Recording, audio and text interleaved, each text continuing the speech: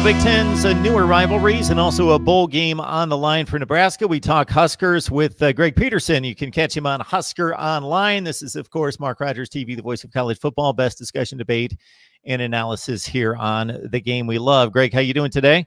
I'm not doing too bad. Just waiting for the snow to start coming down. I know Maryland's been a dumpster fire for quite a long time, but certainly it was good to see Nebraska break out in a big way in College Park. Your thoughts about the performance? Well, yeah, Nebraska's now 2-0 against Maryland all time. So there you go. No, Maryland, they just, to start the game off, they turned the ball over and, it was on from there. Nebraska was just clicking. The offense just looked like what we've been expecting to see all year from a Scott Frost offense.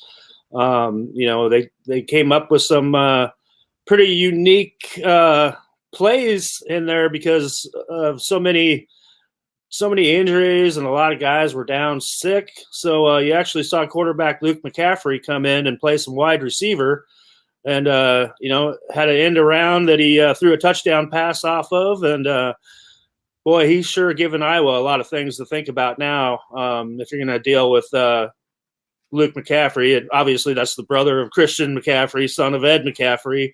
And he's just as good of an athlete as those two guys are. So maybe have a new wrinkle coming here for Iowa. At least Kirk Ferentz is going to have to spend some practice time on that.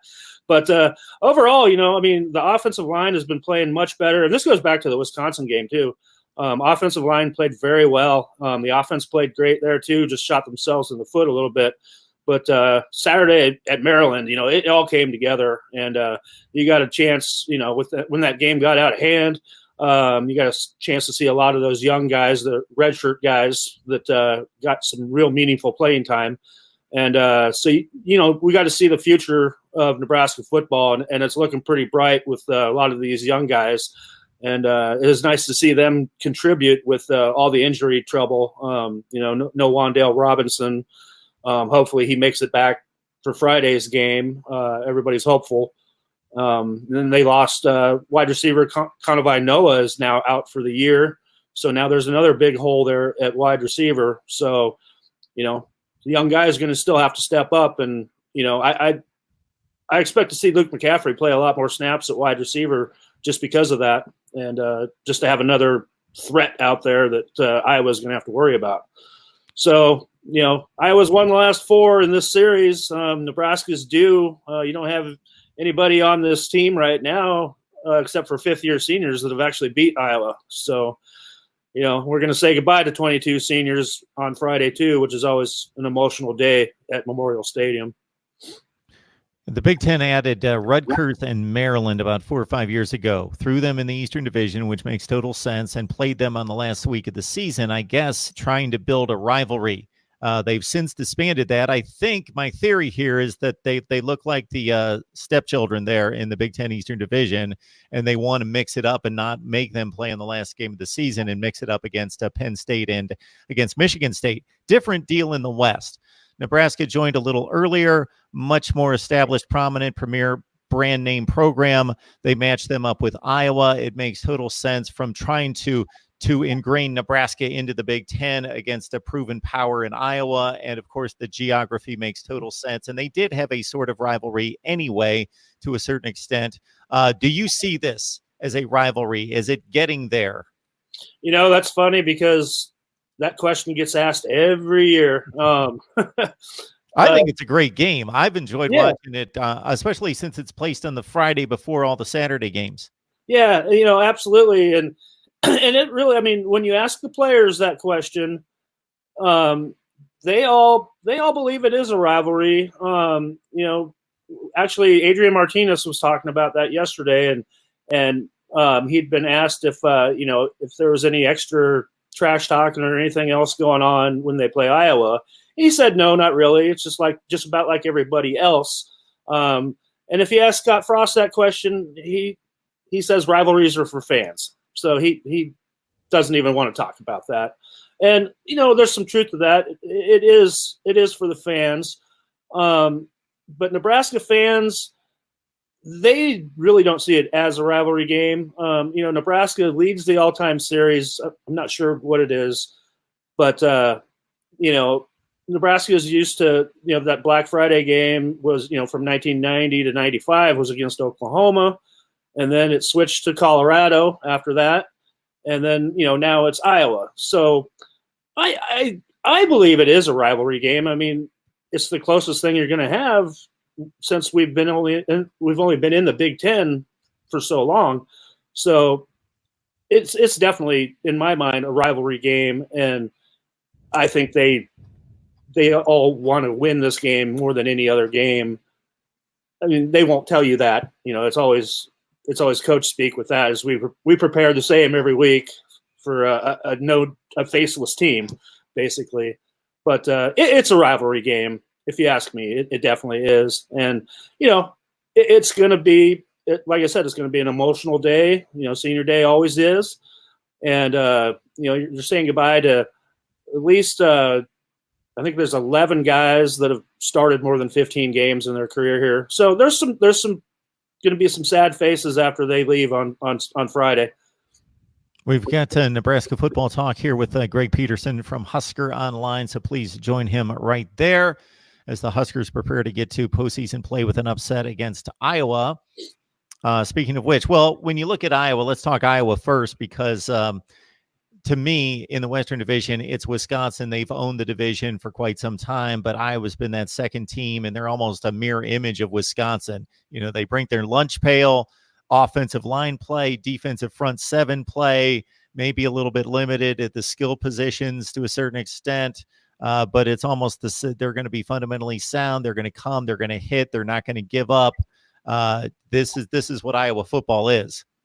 Right, and they their defense. I don't believe that they've given up more than 24 points to anybody this year, and so that's their model. They don't score a lot either. They're not going to put 5 touchdowns on you in the first quarter, like Ohio State might do, but but no, they're the classic blue collar team, and they're going to punch you in the mouth, and they're going to try to run you over and wear you down. And basically, the model that Wisconsin uses, kind of the old Nebraska model back from the 80s and 90s. They're a tough out. They're going to play everybody tough. They don't get blown out by anybody. Kirk Ferentz has been there for 24 years. So, I mean, there's a stable program. They're just solid. They're going to win their 9-10 games every year and make a decent bowl game.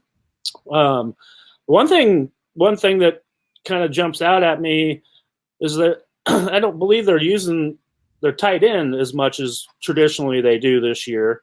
They did. Their 2 starting tight ends from last year are playing in the NFL on Sundays right now. So that's probably has something to do with it.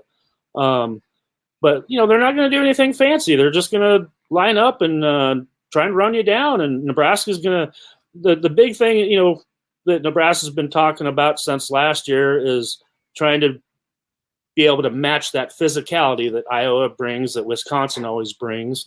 And, they showed a couple weeks ago against Wisconsin that they're getting close to that. So now hopefully they can put it all together. They need to play a clean game and force a couple of turnovers. Nate Stanley's been quarterback in the Hawkeyes for 4 years now, and he's probably not going to make too many mistakes here in his final regular season game of his career. So, with the weather, it's going to be. It sounds like it's going to be freezing rain on top of it's going to snow all day on Thursday here too, and then freezing rain, probably mid-30s. So the weather conditions are not going to be favorable to a lot of high-power offensive plays going on out there on Friday. Yeah, the Hawkeyes were a substantial favorite last year on their way to a bowl win against Mississippi State. A typical season, as you just outlined, at 9-4, top 20 finish, but it went right down to the last play of the game as Nebraska gave it a good effort. So this time around, it means a bowl game. which to some people 4-8, 5-7, it's pretty much the same year. But you get to that 6th win, you go to a bowl game, maybe you win that. It's on a national stage. You get the extra practices. They're playing for pride. They're playing for the rivalry, but they're playing for a whole lot more when you talk about a bowl game.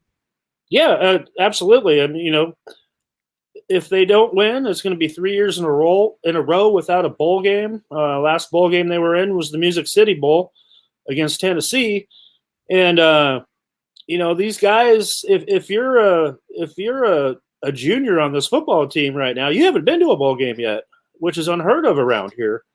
So yeah, I mean, everything is on the line Friday, and the guys know that. They definitely want to keep their season going. And everybody knows that extra practice time when you make a bowl is very valuable for the next season coming up, and it helps recruiting. So, with Nebraska still being stuck on 13 commits, that would be a huge boost, I think, to Scott Frost's staff. So, yeah, I mean, these guys are clamoring. I mean, they can still end up with a winning season if they can win out here now. And obviously the bowl game's not going to be a great one. It's going to be a day after Christmas game. So, but it's still going to be a reward. And I think it's a great building block for the future of this program going forward. Folks, if you love what we do, Christmas is coming. Shop at Amazon and do it using the link in the description section below to help us build the channel. Greg Peterson joining us on a regular basis this season to cover Nebraska football. Please join him at Husker Online.